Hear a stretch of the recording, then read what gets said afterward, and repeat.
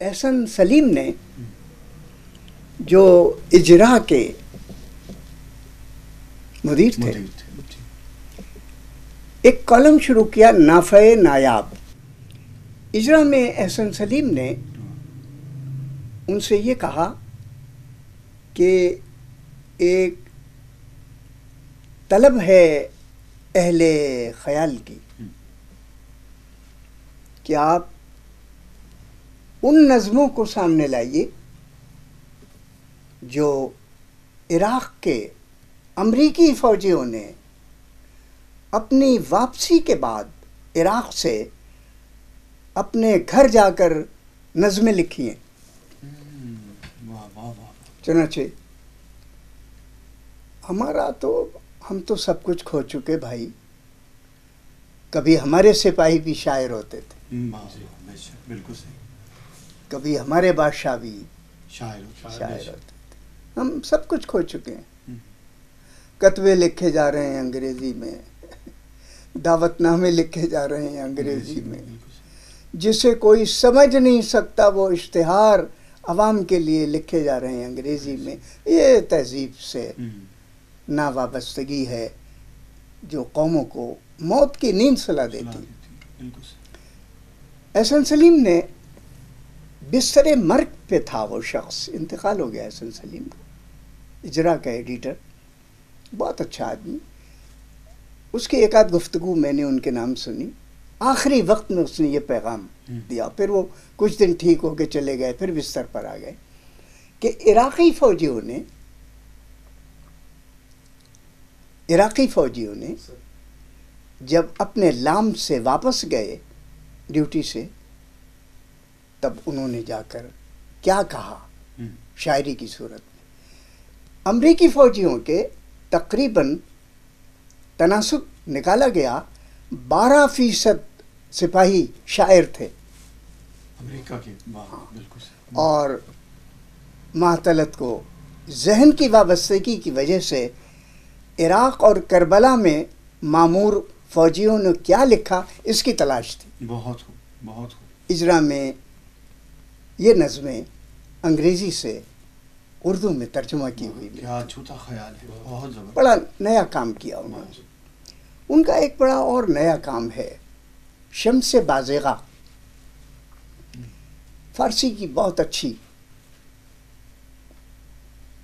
لغت شناس, شعر شناس,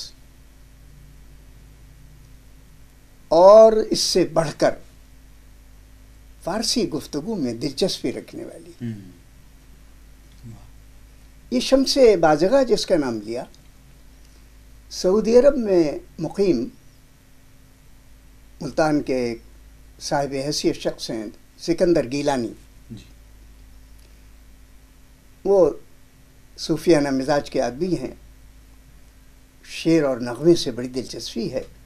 انہوں نے ان سے کہا کہ میں 800 برس کے ان شعراء کے کلام کو فارسی میں جمع کر رہا ہوں جس میں الوہیت, معرفت اور خدا شناسی کے راستے ملتے ہیں. میں وہ شعر منتخب کر رہا ہوں, آپ مہربانی کیجئے انہیں اردو میں منتقل کر دیجیے. شعر میں چاہیں تو شعر میں اور نثر میں چاہیں تو نثر. انہوں نے آدھا کام شعر میں کیا اور پورا کام نثر میں کیا. بہت وہ اللہ کرے کہ چھپ جائے شمس بازغہ. وہ ان کا وہ کام ہے جو ان 6 کتابوں کے علاوہ, وہ بہت بڑا والیوم ہے. ماحتلت کے میں ابھی شخصی رویوں پہ بات کر رہا ہوں کہ ان کا تخلیق میں شخصی رویہ کیا تھا. ان کا خیال یہ تھا کہ شاعری اس حرکت احساس کا نام ہے جو بہت کم لوگوں میں جاگتی ہے. حرکت احساس کیا خوب. بہت کم لوگوں میں جاگتی ہے.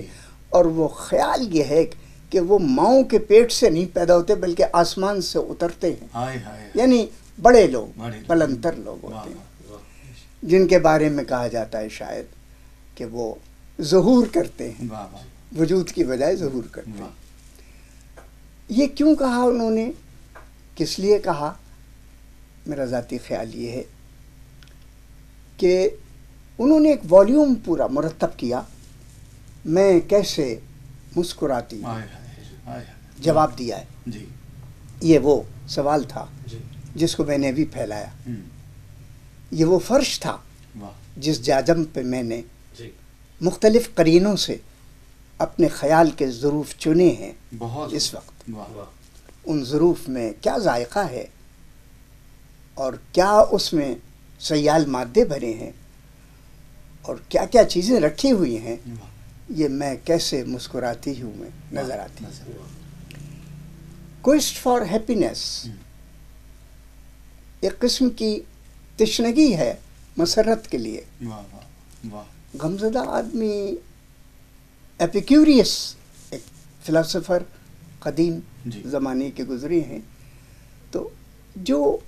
لذت پسندی کا ذائقہ ہے زندگی میں وہ اور ہے، ہم، لیکن لذت کی قدر و قیمت وہ اور بات ہے. اور ہے واہ واہ واہ یہ لذت پسندی کا ذائقے میں مبتلا ہو جانا بدترین فعل ہے انسان کا، لیکن لذت اور راحت اور مٹھاس کی طلب کرنا اور خود لے کر اور دوسروں تک تقسیم کر دینا، یہ کمال بشریت. بہت بہت بہت خوب انہوں نے بہت سے خیالات، واہ واہ خاص طور پر انہوں نے آخری زمانے میں بہت سے انگریز فلسفیوں،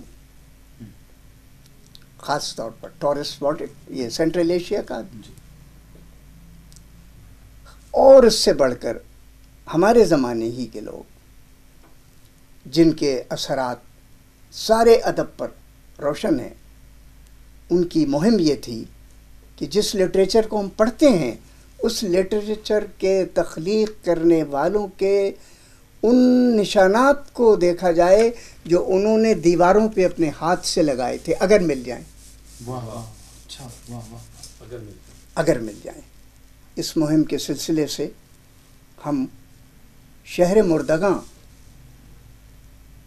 میں، بیجنگ میں شہر مردگاں ہے، بڑے لوگ جو کچھ فلسفی بادشاہ واہ پہنتے تھے وہ پہناوا دیکھا انہوں نے جا کے، واہ اس سے روشنی لی. واہ واہ شہر مردگاں ایک قسم کی یادگاری جی. لباسوں اسلحے کی ایک جگہ ہے ہم، بیجنگ میں. یہ ان کا ایک شوق تھا کہ زندگی کو چھاپ اور ناپ سے دیکھا جائے. واہ واہ مجھے یاد ہے کہ جب وہ برطانیہ میں تھی تو مانچسٹر اور غالباً برمنگھم کے راستے میں ان کے رہنما نے کہہ دیا کہ ورڈسورتھ کی یہ سڑک جاتی ہے ورڈسورتھ کے گھر کو. میں بڑا خوش نصیب ہوں کہ ورڈسورتھ کے گھر میں ان کے ذریعے میں بھی پہنچ گیا. واہ واہ واہ وہ اسکول جس میں ورڈسورتھ کے داخلے کی تاریخ لکھی ہے واہ اب بھی موجود ہے. واہ اسکول آف ہیرو، جہاں بڑے جی. بڑے جی. آپ کے جی بڑے بڑے سیاسی لیڈروں نے جی جی تعلیم پائی ہے. واہ بھٹو صاحب اور ان کی اولاد نے بھی وہاں تعلیم پائی ہے. اس کو دیکھنے کے لیے واہ یہ تأثر ان کے ذہن میں، وہ حرکت احساس، ایسا بالکل تو چیزوں کے ذریعے ان میں ایک ترغیب پیدا ہوتی تھی. اور خاص طور پر جو جتنی دیر پا اور جتنی مضبوط ہو اور جتنی دور سے دیر تک آ رہی ہو وہ انہیں زیادہ ترغیب دیتی تھی. واہ واہ مجھے اچھی طرح یاد ہے، میں کبھی نہیں بھول سکتا، 27 کلومیٹر کا ایک فاصلہ ہے جو دنیا کے عجائبات میں شامل ہے اور وہ زمین کے اندر ہے. اس کا نام ہے ایلورا ایجنتا، زیر زمین ہے. زیر زمین. ایک دنیا آباد ہے، 1000 سال، 1000 تو بہت کم کہے میں نے، اس سے پہلے کی دنیا آباد. 1000 تو ہمیں ہو گئے ہیں، جی. 1400-1500، جی ہم سے بہت پہلے کی دنیا. واہ خاص طور پہ ایجنتا جس کے غار بڑے مشہور ہیں. ان کی بڑی مشہور نظم، چونکہ وقت نہیں ہے ہمارے پاس ان کی ایک نظم ہے ایلورا اور ایجنتا، اسی موضوع پر ہے. وہاں سے انہوں نے کیا حاصل کیا ہے؟ سب سے اہم چیز جو انہوں نے حاصل کی وہ یہ تھی کہ حسن پائیدار ہے، حسن کو پائیداری حاصل ہے. وہ نقش 3,000 سال کے دیوار کے اوپر ٹارچ سے، بیٹری سے، چراغ کی روشنی سے یوں نظر آ رہے ہیں جیسے ابھی بنائے گئے ہوں. اجنتا کے غاروں میں، ایلورا کے حوضوں میں، پلوں پر، راستوں میں، محرابوں میں، دروازوں میں اور ایوانوں میں جہاں بدھا کے سجدہ گزار سجدہ کرتے تھے، وہ سب منظر انہوں نے اپنی نظموں میں بکھیر دی. ایلورا، ایجنتا ان کی بڑی مشہور نظمیں. یہ روشنی حاصل کی، یہ روشنی حاصل کیا کی. بات ہے. ان کا یہ عقیدہ تھا معطلت کا کہ زندگی سے کچھ لو یا نہ لو، صحیح، کسی کو کچھ ملے یا نہ ملے، روشنی اگر ملتی ہے تو لے لو، اور جس قدر ملتی ہو. بہت. اس لیے وہ خدا کے ساتھ ساتھ خودی کی بھی قائل تھی. بہت اچھا. واہ. اس کا مفہوم یہ میں لے رہا ہوں کہ الوہیت ایک الگ پیکر ہے، جی، لیکن تخلیق الہیہ اس سے اور بھی آگے اسی کی منشا کے مطابق پھیلا ہوا جسم و جاں ہے، جس کے پڑھنے، لکھنے اور برتنے کے لیے ہمیں بھیجا گیا. یہ کائنات فہم و فراست کا سبق ہے. وہ کہتی تھیں کہ ہر دن میرے لیے میری کتاب زندگی کا نیا ورق ہے. ہر دن قرآن مجید کا وہ لفظ دیں، تلک الایام نداولها بین الناس. ہم نے دنوں کو ورق بنا دیا ہے، کتاب زندگی کا جو الٹ پلٹتے رہتے ہیں. تو زندگی کو شاعر بے شک بہت ہیں، ان سے بڑے شاعر ہیں، وہ کیا چیز ہیں، لیکن جو جس جگہ کھڑا ہے اسے وہاں تولنے کی ضرورت ہے. بالکل صحیح، بالکل صحیح. مجھے اچھی طرح یاد ہے قیصر تمکین نے برمنگھم سے تخلیق کے ایڈیٹر کو ایک خط لکھا. تخلیق اب بند ہو گیا، مروم ہو گیا، سارا ادب مروم ہوتا جاتا ہے. ہمارے ریڈیو کے اناؤنسر، ہماری اسٹیج کے نیریٹر، بیانیہ دینے والے، وہ جن لفظوں کو بول رہے ہیں ان لفظوں کا انہیں علم نہیں ہے. اردو کے ظلم ہو رہا، ہر چیز مردہ ہوتی جاتی ہے. ان کا خیال یہ تھا معطلت کا کہ زندگی کی یافت کے لیے، زندگی کی یافت کے لیے، حاصل کرنے کی کوشش میں، زندگی کے حاصل کرنے کی کوشش میں اپنی صبح و شام کے بیشتر اوقات صرف کر دینے چاہیے کہ یہ بھی ایک عبادت ہے. بہت خوب، بہت خوب، بہت خوب. یہ جو تدبر کی تعلیم ہے، تفکر کی تعلیم ہے، ادراک کا پیغام ہے، یہ سب ان کے شعور میں. تو ہر شاعر ایسا نہ صحیح، لیکن کچھ شاعر ایسے ضرور ہیں، اور جو شاعر ایسے ہیں وہ زندہ رہتے ہیں. کتابیں چھپنا، بڑے بڑے صاحب علم لوگ ہیں، کتابیں نہیں چھپی ان کی، لیکن ان کی بڑائی موجود ہے. بڑے بڑے صاحبان علم ہیں، یونیورسٹیز میں نہیں گئے، ان کے پاس ڈگریاں نہیں ہیں، لیکن ان کا کہا ہوا ڈگری تحقیق کرنے والے بنیاد بناتے ہیں. بیشتر لوگ غالب پر ڈاکٹریٹ کرنے والے، میر پر ڈاکٹریٹ کرنے والے، یہ لوگ ڈاکٹر تو نہیں تھے. تو گویا ادراک کسی صنعت کا محتاج نہیں ہے، فراست کسی کتاب کی محتاج نہیں ہے. انسان کا ذہن ہے جو ایک کارخانہ قدرت کی ایسی صنعت ہے کہ اس سے بہتر صنعت گاہ خلق میں دماغ سے بہتر کوئی صنعت نہیں ہے. ڈاکٹر صاحب ابھی میر کا ذکر ہوا. جی ارشاد. تو محترمہ سنا ہے کہ میر سے عشق کرتی تھی، اس حوالے سے کچھ ارشاد. بڑی اچھی بات کہی آپ نے. ان کی نظموں کے مختلف مجموعے میں میر سے عقیدت کا ایک بہت بڑا نقشہ پھیلا ہوا نظر آئے گا.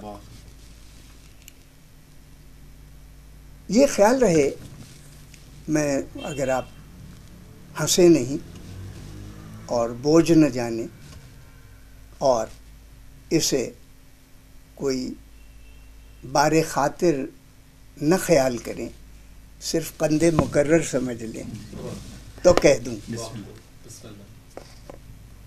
ہم اور وہ دو بڑے گہرے دوست تھے،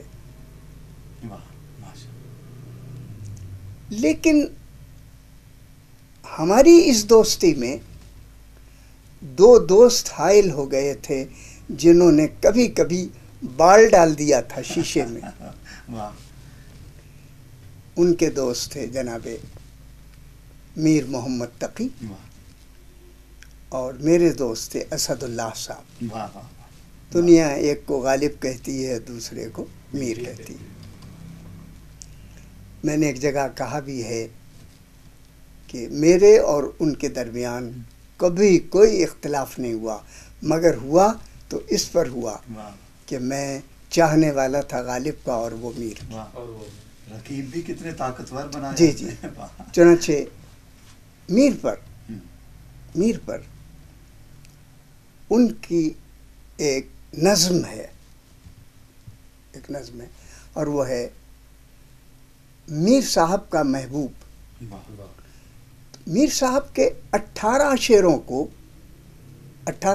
کو انہوں نے جواباً الٹ کے میر صاحب ہی کو جواب دیا ہے. اب یہ موقع نہیں ہے ورنہ میں وہ طویل نظم پڑھ دیتا، لیکن حوالہ ہے یہ کہ میر کا محبوب. کس کتاب میں ہے؟ یہ صحیح تو نہیں بتا پاؤں گا، میرا خیال ہے میں کیسے مسکراتی میں ہوں اس میں ہے. معطل زاہدی کے ہاں زندگی کے ان رویوں میں مجھے وہ لطیفہ بھی یاد آ گیا. اس میں بہت سے لوگ عمر کے ایسے حصے میں آ جاتے ہیں کہ وہ بات بار بار کہتے ہیں، لیکن ایک وہ ہیں جو بار بار کہتے ہیں اور انہیں پتہ نہیں ہوتا کہ وہ بار بار کہہ رہے ہیں. ایک میں ہوں کہ مجھے پتہ ہوتا ہے کہ میں بار بار اگر کہہ رہا ہوں تو معافی مانگ کر کہنے کی ضرورت جان کر کہہ رہا ہوں، اور ہر بار لطف ہوتا ہے اس میں. لہذا میں یہ پھر کہہ دیتا ہوں کہ یہ میر و غالب کا معاملہ کیا ہے. واہ بھائی واہ، معطل زاہدی تادیر یہ تصور اہل ادب کے لیے دستاویز محبت رہے گا. واہ واہ واہ. کہتی تھیں کہ عریف صاحب نہ ہوئے آپ میر کے عہد میں ورنہ آپ کے پاس نہ ہوتی. ہائے ہائے. واہ واہ واہ. کیا بات ہے، جرت اتنی چاہت. واہ، بہت خوب. اتنی چاہت. اور آپ نے کیا ارشاد فرمایا؟ میں نے ارشاد کیا، میں نے عرض کیا کہ اگر قدرت ساتھ دیتی اور ستارہ میرے مقدر کا چمکتا اور غالب میرے زمانے میں ہوتا تو میں آپ کے پاس نہ ہوتا. یعنی اس کی نوکری چاکری کرتا. واقعی ان کے علاوہ بھی میں آپ سے کہتا ہوں، آج مجھے میر انیس مل جائیں، اقبال مل جائیں، میر تقی میر مل جائیں اور غالب مل جائیں، ان چاروں کی چاکری کروں گا میں. بہت بہت نوکری سے بڑی ہے منصبداری چاکری. ڈاکٹر صاحب کبھی بیت بازی کا بھی سلسلہ؟ نہیں کبھی نہیں. وہ بڑی، میں آپ کے سامنے اقرار نعمت کے طور پہ بات کہتا ہوں، میرے حافظے سے زیادہ اچھا حافظہ معطل زاہدی کا تھا. اور انہیں انگریزی علوم کی جو سائنسی دنیا ہے، سائنسی دنیا، medical knowledge, scientific knowledge, I T knowledge, اور خاص طور پر حفظ شعر فارسی اور اردو کا میں مقابلہ نہیں کر سکتا. حالانکہ میں بھی کچھ کم نہیں ہوں، تاہم انہیں میں بہت آگے دیکھ